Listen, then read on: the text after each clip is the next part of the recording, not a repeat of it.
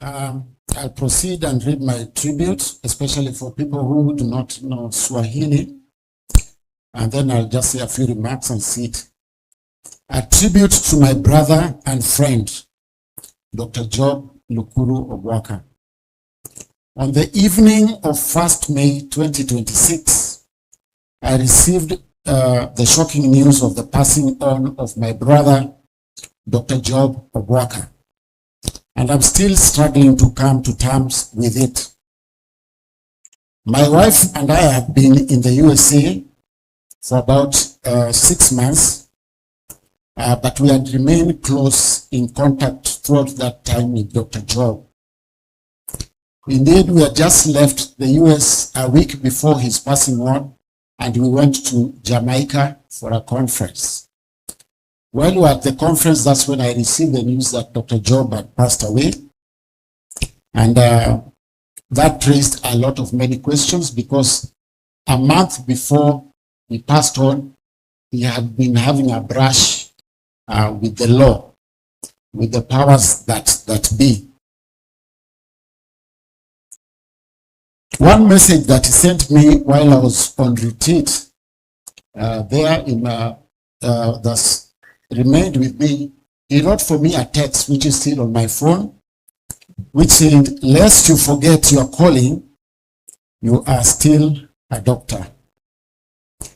While he was away, while I was away, he also ensured that my practice licenses, medical practicing licenses, were renewed, and all the documents that relate to my work, he made sure that he paid and that they are up to now. Let me continue to add, and Professor Manyora is here, that Dr. Job, while I was away, Dr. Job renewed my membership for Kenya Hospital Association. Amen. And therefore, I'm a member. That even if one Dr. Obwaka falls, there is still another. Amen.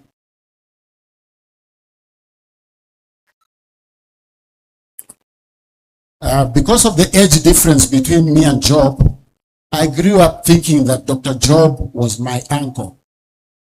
It was only later, when I was about 7 years old, that I actually realized that this guy is not my uncle, but he's my brother. When our parents relocated to here, to the village here in 1974, my younger sister Anna and I were left in his care. From then on, he became our guardian and our father figure. He took care of our education, discipline, and well-being without complaint. Throughout my life, he guided me and mentored me closely. It was because of him that I pursued football in this country, both for Gor Mahia and for the national team. It is through him that I pursued medicine at the University of Nairobi and further specialized in Israel. He encouraged me to pursue my academics even as much as I was doing my football playing careers. Dr. Job was dependable and generous. He stood by me throughout every stage of life, including my marriage to my wife of 38 years who is not here. Kwa hivyo siko hapa kutafuta, bado niko na wa kwangu.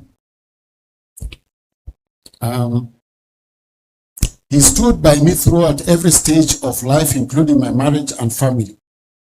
If he promised to do something, he surely would do it.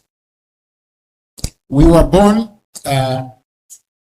in an estate called Ziwani in the Eastlands of Nairobi, where all of us grew up, and we grew up in an estate in Nairobi called Ziwani, and that is where we all came from. And I think there is a representation of people from Ziwani. Will they please stand up?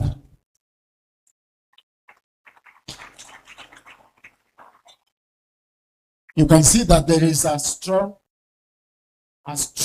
representation. All those were from Ziwani, where we grew up, where we were taught football, and we were taught many other things to be streetwise.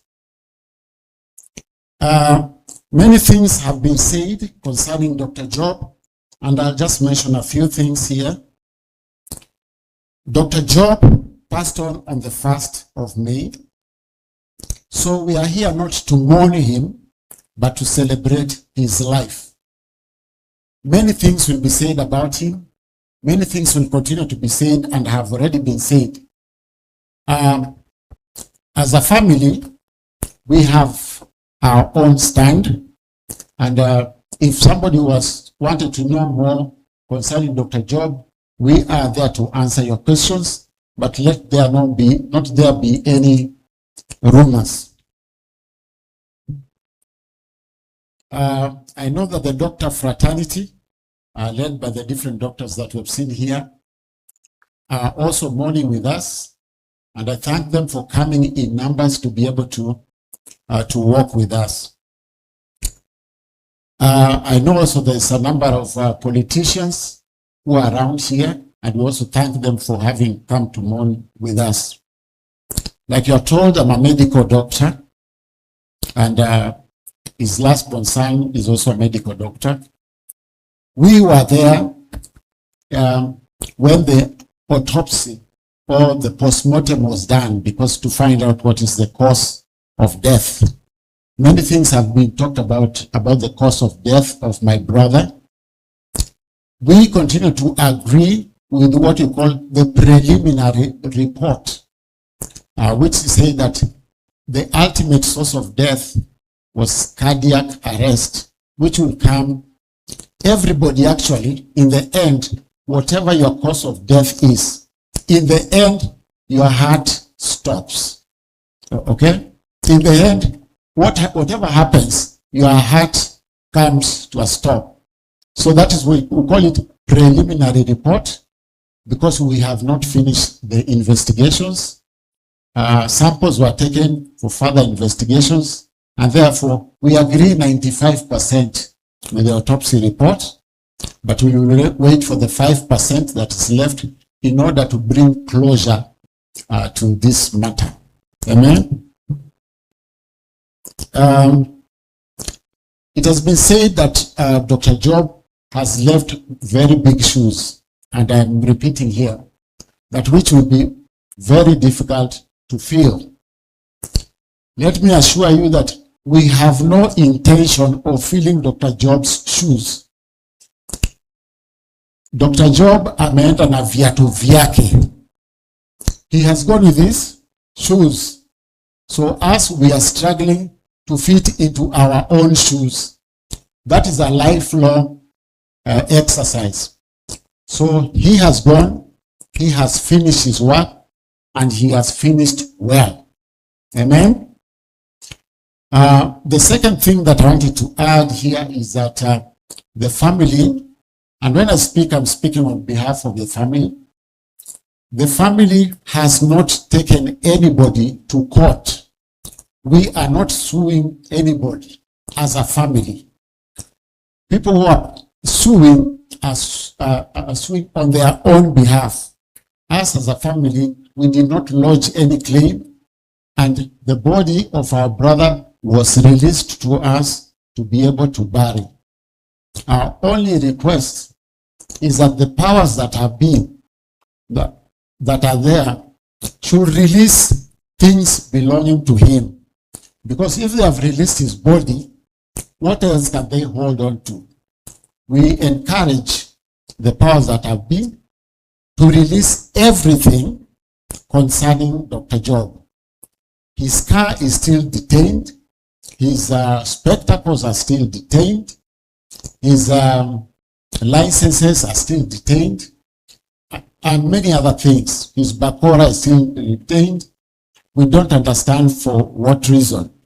So we ask that they release those documents and the car as well, so that we can bring closure to this. When there was a postmortem being done at Nairobi Hospital, we know that there were many more people at the postmortem point. The number of the people who were there during postmortem, Dr. Gikal, there were more people, extraordinary people, more than the doctors and the relatives combined. So we don't know exactly what they are coming to do. So we leave it at that. Just know that tulikuwako wengi hata wale ambao sio madaktari na sio relatives. So we have put a question mark as to exactly what is going on. As we move on as a family, as you have seen, we are a large family. But Dr. Job has not left a vacuum. There is no leadership vacuum in our family. We are very united. Okay? And therefore, anything that appears like will divide us, we do not want to entertain. There's been a story around here when you talk about the politicians. They say, Baba told me this one, Baba told the other person to tell the other person to tell the other person. In our family, Dr. Job told the wife what she's supposed to do, and she will talk on her own behalf. As far as the family is concerned, he told me. And therefore, if you want to know what he told me, then you pursue it with me. So the mimi ndio ule he told me in terms of the family. Okay? And there is nothing to panic about. We will continue unhindered, and we will go on to the next level as God gives us grace.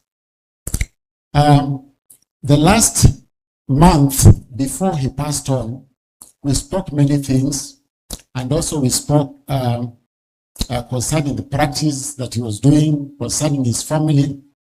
And many of the things, when you look back in retrospect, you will think that he knew that his time was getting near. And therefore, he told me many things, as I've said. He handed me over a football t-shirt, which somebody had handed over to him. It's written Dr. Job Obwaka at the back. And before I went to the USA, he gave me the t-shirt, and he showed it to me that it's written Dr. Job Obwaka.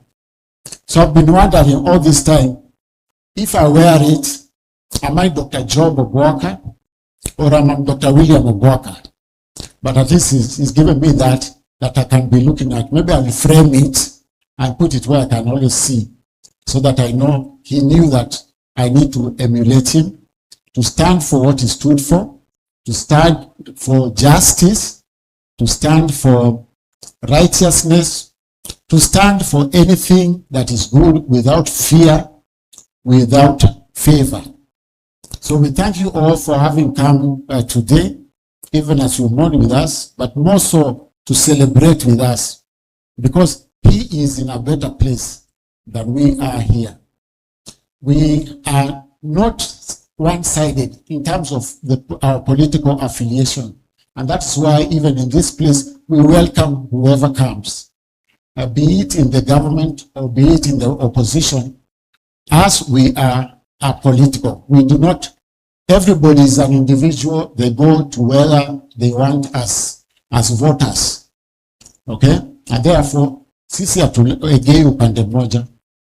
But we thank God because we are represented here, and much more we are going to say to give direction in the few months and weeks that ensue from here. I have lost a father. I've lost a brother. I've lost a father figure. I've lost a mentor. Dr. Job was also my colleague in the profession, and also my friend.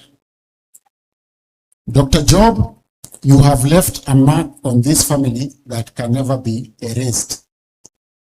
We grieve, but we thank God for your life, and take comfort in knowing You are now at rest with the Father.